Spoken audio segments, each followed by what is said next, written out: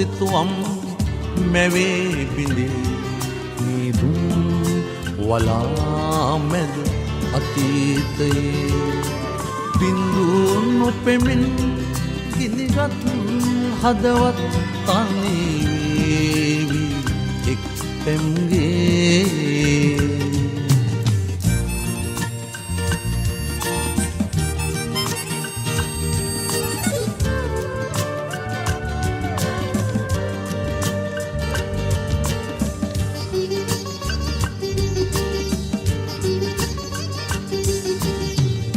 අනන්ත සයුරේ බියකරු දිවි දියමේ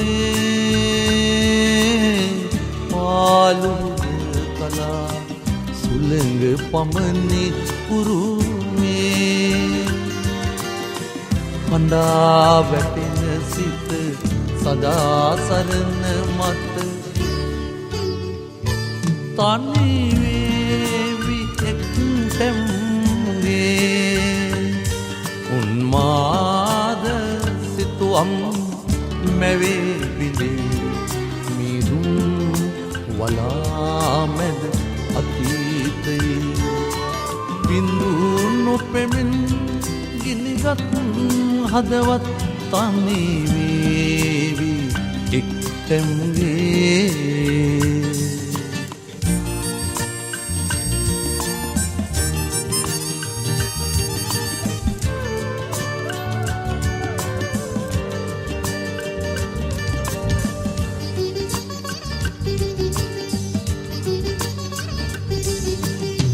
දහසක් මල් මැද එකම මලයි පැතුවේ එමලකිමද සරදම් කර සැඟවගේ දැනේ තවම මට මලේ සුවඳ පොද තනිවේවි එක්තැම් උන්මාද සිතුවම් මැවේ බිඳේ නීදුම් වලා මැද අතීතයේ බිඳුන් නොපෙමින් ගිනිගත් හදවත් තනිවේවි එක්තැම්ගේ තනිවේවි එක්තැම්ගේ තනිවේවි එක්තැම්ගේ තනිවේවි එක්තැම්ගේ තනිවේවි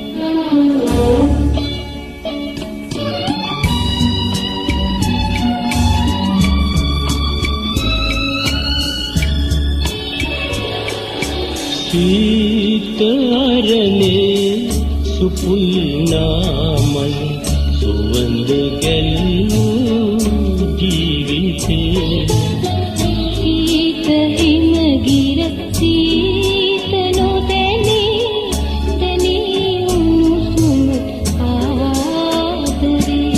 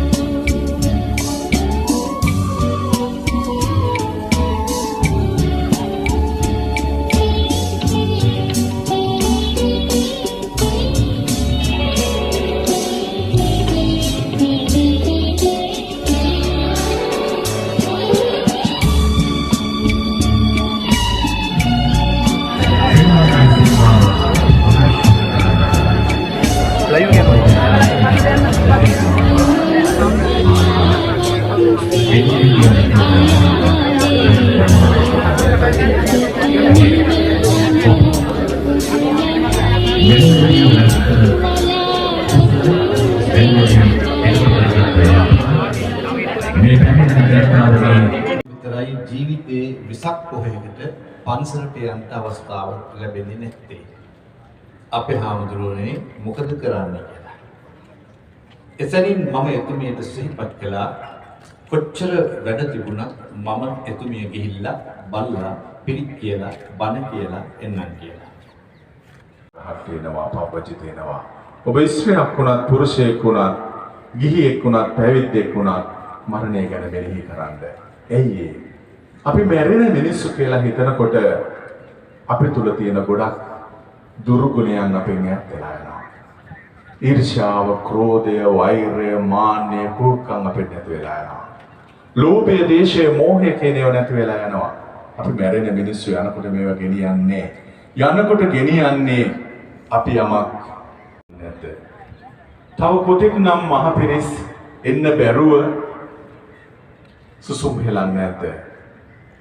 හැබැයි එතුමිය තව සුළු මොහොතකින් අපිට අයි කවදාවත් දකින්නේ නැති විදියට මේ දැන් සමගන්නවා. මෙන්න මේ යථාර්ථය බුදුහාමුදුරුව අපිට උගන්වනවා නැත.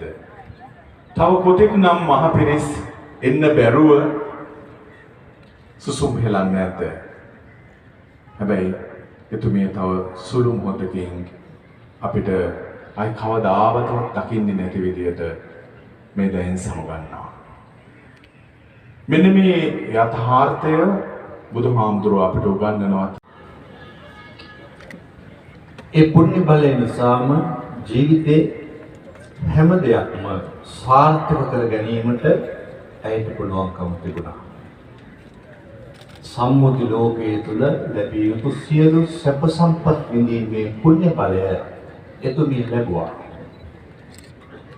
විශේෂයෙන්ම මාලනී පොන්සේකා මැතිණිය මම හඳුනාගත්තේ 1988 අවුරුද්දේ. අපේ ආනන්ද පොන්සේක මහත්මයා නිසා. එදා මෙදා තුළ ඇය නිතින්ම ඇයගේ ජීවිතයේ හැම දෙයක්ම මාහා සමග කතා කළා, සාකච්ඡා කළා. කාන්තාවක් හැටියට තමන්ගේ දිවි ගමන අරගෙන ගියා.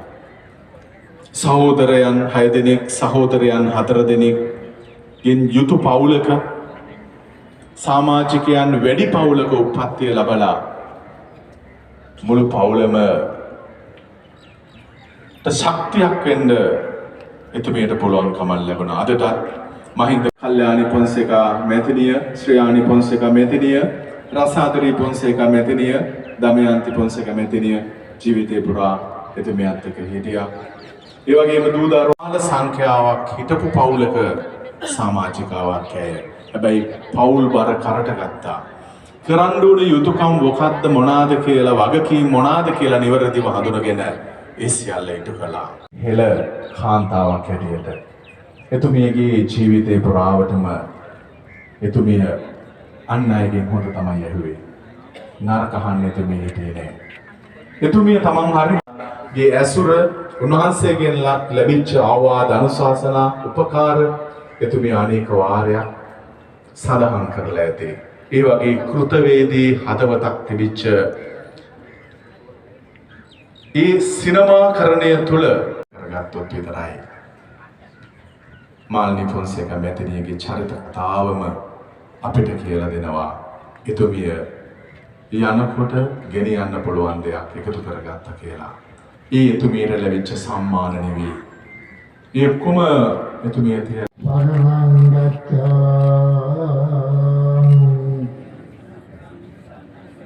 තතියං විබුද්ධං සරණං ගච්ඡාමි සංඝං සරණං ගච්ඡාමි ආරාතිපාතා වේරමණී ඉමානි මතක වත්තානි භික්ඛු සංඝස්ස දේම කාලකතාය මාලිනී සෙන්පුරති සාගරං වේතෝ දින්නම් වේදානං උපකප්පති උන්නමේ උදකම් වත්තං යතානං ඒවමේව හිතෝ දින්නම් වේදානං උපකප්පති ඉච්ඡිතං වත්ති තන්තුයං කිප්පමේව සමිච්ඡතෝ සම්පේ පුරන්තු චිත්ත සංකප්පා චන්දෝ පන්න රසෝ යතා මේ අවස්ථාවට වැඩමකට වැඩ ඉන්න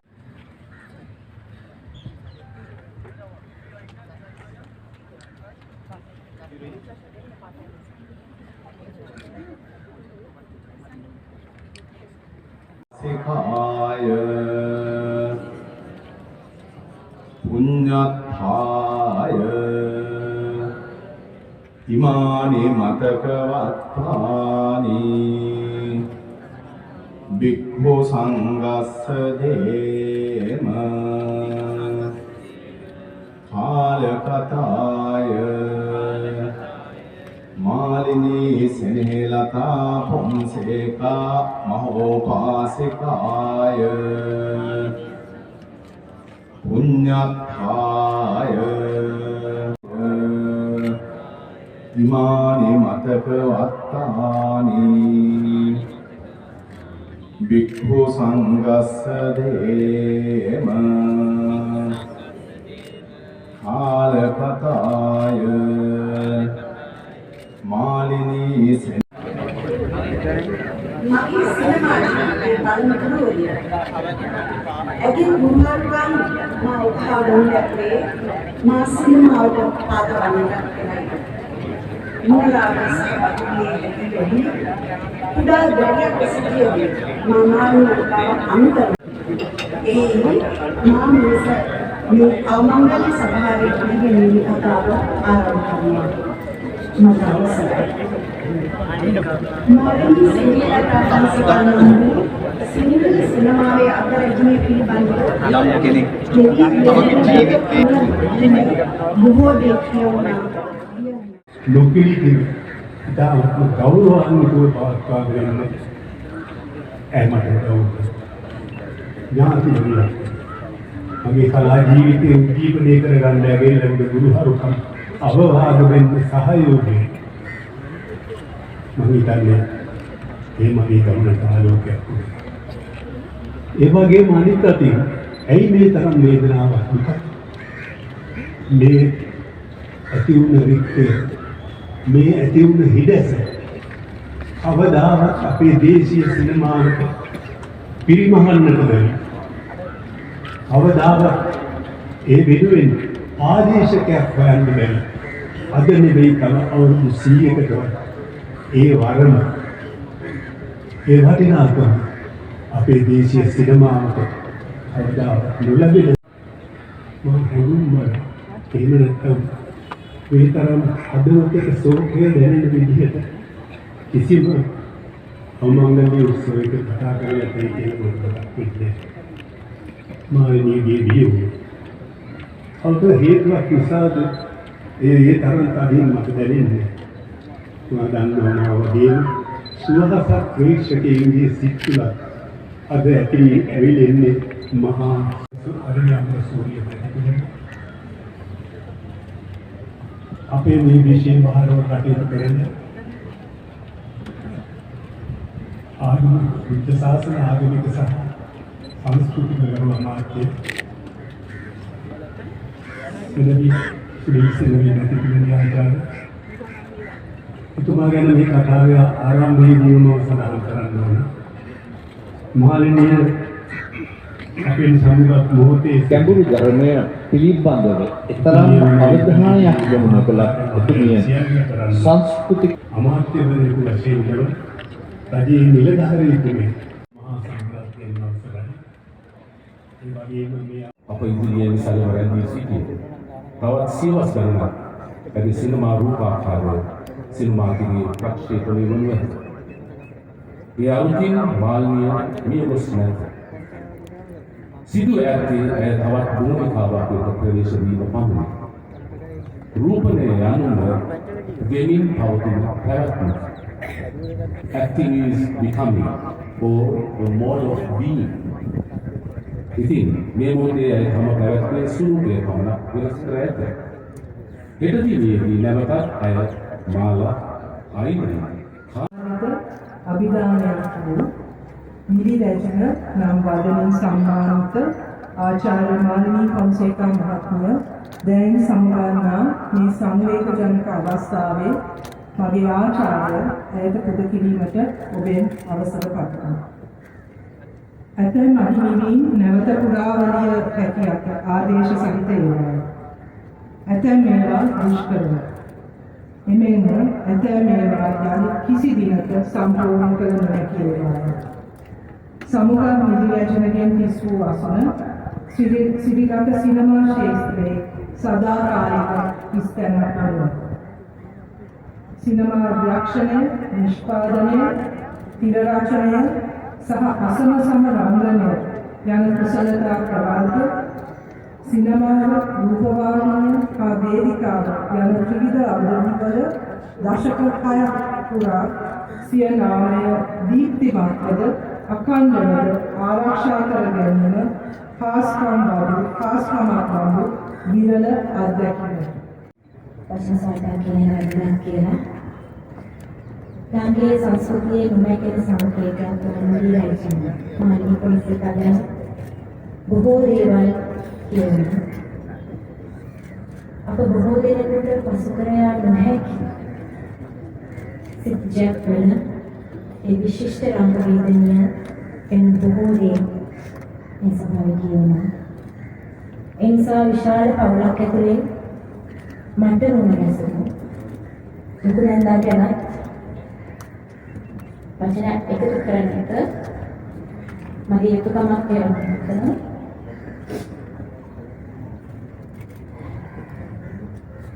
හැම කාලෙකම කාරකාවක් රැස්වලල්ලක් එක්ක ජීවත් වුණ ඇය අපේ විශාල පවුල ඇතුළත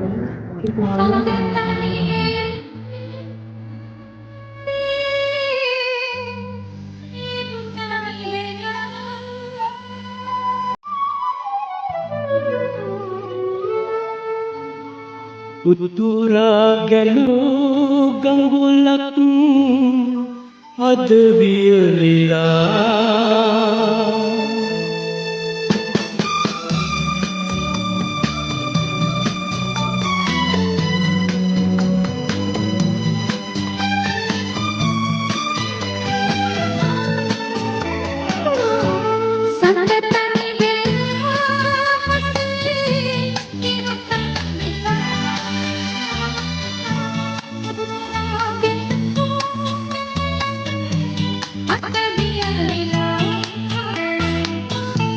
संग तनी बेला हसे इरु तनी बेला उतुरा गलू कंगुलक अद वियलिला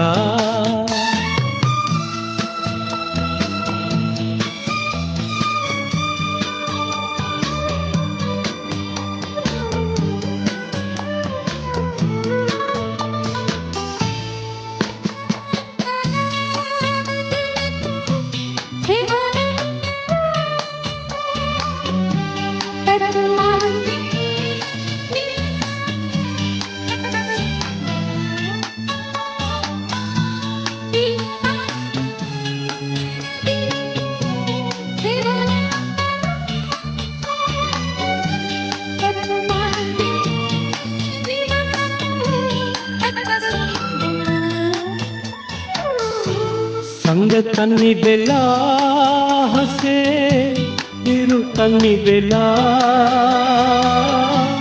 उतुरा गलू कंगुलक अद वियलिला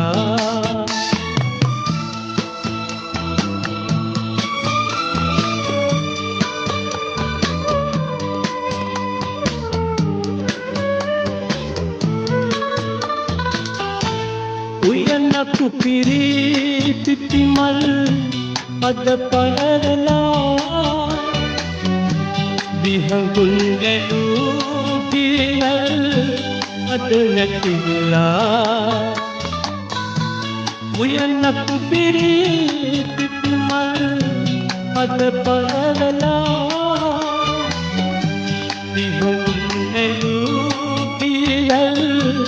අද නැති වෙලා සඳතනි වෙලා නැති ඉරුතනි වෙලා උතුරා ගෙලූ අත වියලිලා සඳතනි වෙලා හසේ ඉරුතනි වෙලා වදාහන ලෙස එතුමියගේ පවුලේ සහෝදර සහෝදරයන් දමයන්ති පොන්සේකා මෙතන ආදී පොතේදී අනිකුත් සහෝදර සහෝදරයන් වෙනුවෙන් බෙහෙත්වත්යක් පූජා කරමින් ආරාධනා කර සිටියා. ඒ ආරාධනාව අනුව මෙතෙන් සිට කායක පමණ කාලයක් ධර්ම ශ්‍රවණය කරන්ට නැත්නම් බණ අහන්න තමයි බලාපොරොත්තු වෙන්නේ. බණ අහන්න බලාපොරොත්තු වෙන සැදැහැති ඔයත්නම් තුල මේ පවත්වන ධර්ම දේශනාව පිළිබඳව කාරණා තුනකින් දැනුවත් වේ යුතුය. තම අවධානය යොමු කොට යුතු වෙනවා. පළවෙනි එක තමයි මේ ධර්ම දේශනාව තුළින් යමක් දැන කියා ගන්න ඕන කියන සිතුවිල්ල වැයන් විශේෂ සම්පූර්ණ මේ ධර්ම දේශනාව පුරාවට. දෙවෙනි කාරණාව තමයි මේ ධර්ම දේශනාව තුළින් අපි යමක් ඉගෙන ගන්නවා, අපි යමක් දැනුවත් වෙනවා. ඒ දැනුවත් වීම අපේ සංසාරගත ජීවිතයට ඵලදායී වෙනවා කියන විශ්වාසය තියෙනවා. උන්වහන්සේ කාරණා දෙකින් යුතුව මේ ටික වෙලාව මේ ධර්ම දේශනාවත් එක්ක ඒකාත්මික වුණොත් ඔයත් අංගේ තුන්වන බලාපොරොත්තුව නැත්නම් දෙවෙනි කාරණාව සපුරා ගැනීමේ අවස්ථාව උදා වෙනවා. මොකද දෙවෙනි කාරණාව දිවංගත මානිතොන්සක මෙතෙරියට කාලය දින සති මාස අවුරුදු හැටියට ගණනය කරලා මෙන්න මෙච්චර කල් ජීවත් වුණා කියලා වයස ඉලක්කමක් හැටියට දක්වලා නැහැ. ජීවත් වෙන කාලය කෙටි වෙන්න පුළුවන්. ඒ ජීවත් වුණ කාලය තුළ මොනවාද කලේ කොහොමද ජීවත් වුනේ කියන කාරණාව හදනම් කරගෙන තමයි ඒ ජීවිතයට වටිනාකමක්, ඒ ජීවිතයට අර්ථයක් තිබෙන්නේ. මානි පොන්සේකා මෙතනියගේ ජීවිතයේ ප්‍රාම ඒ වටිනාකම, ඒ අර්ථවත් බව හොඳින් ආරක්ෂා කරගන්න. ඒ නිසා අපිට කලාතුරකින් දකින්න සිනමා නිලියකගේ චිත්ත අභ්‍යන්තරයෙන්ම සමාජයත් එක්ක ලැබිව ඉන්න, සමාජයේ පැසසුමට ගෞරවයට ලක් වෙන චරිතයක් හැටියට සිය දිවි ගමන නිමා කළා කියන කාරණාවයි අපිට සඳහන් කරන්න පුළුවන්.